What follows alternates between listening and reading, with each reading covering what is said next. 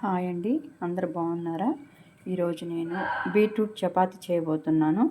దానికి కావాల్సినవి చిన్నవి 2 బీట్రూట్స్ తీసుకున్నాను. నెక్స్ట్ దానికి అల్లం, జింజర్ కొంచెము, ఒక గ్రీన్ చిల్లీ, కొంచెం సోంపు వేసుకున్నాను. నెక్స్ట్ దీన్ని మిక్సీ పట్టుకోవాలి. మిక్సీ పట్టుకొని జ్యూస్ చేయాలి. మిక్సీ పట్టి అయిపోయిందండి. దీన్ని వీటిని ఇప్పుడు నేను ఫిల్టర్ చేసుకోవాలి. మొత్తం ఫిల్టర్ చేసుకోవాలండి. ఇలా ఫిల్టర్ చేసుకున్నాక ఇలా జ్యూస్ వస్తుంది. ఇలా ఫిల్టర్ చేసుకున్నాక ఇలా జ్యూస్ వస్తుందండి. ఈ జ్యూస్ని ఇప్పుడు చపాతీ పిండిలో వేసి కలుపుకోవాలి.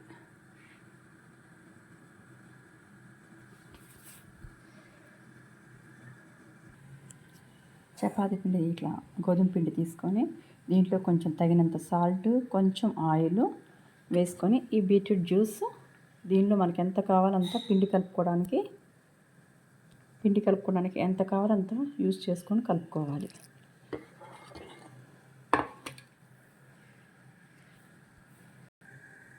కలిపేసానండి. పిండి అంతా ఆల్మోస్ట్ రెడీ అయిపోయింది. ఒక 20 మినిట్స్ ఇట్లా పిండి నానబెట్టుకోవాలి.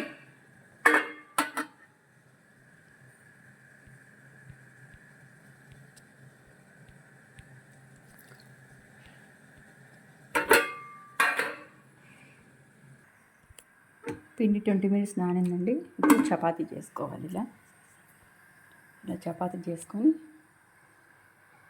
కాల్చుకోవాలండి.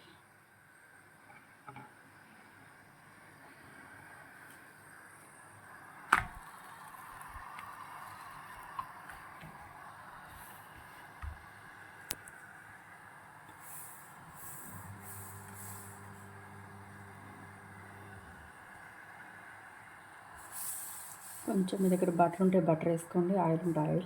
నేనైతే నార్మల్ ఇలానే కాలుస్తానండి. ఆయిల్ వేయను నేను.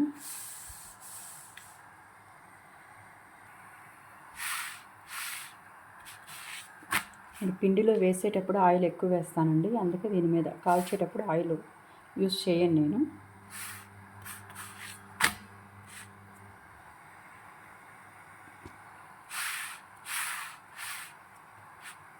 ఒక చిన్న ట్రిక్ అండి, అల్లం దంచుకునేది చిన్న రోలు ఉంటుంది కదండి, అది నూరుకొని పక్కన పెట్టేస్తాము.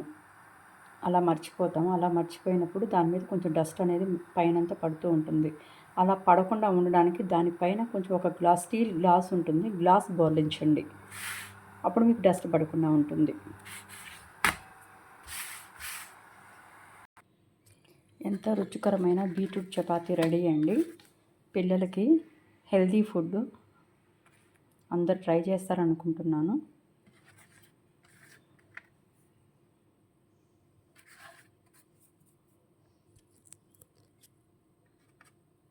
Please like, subscribe.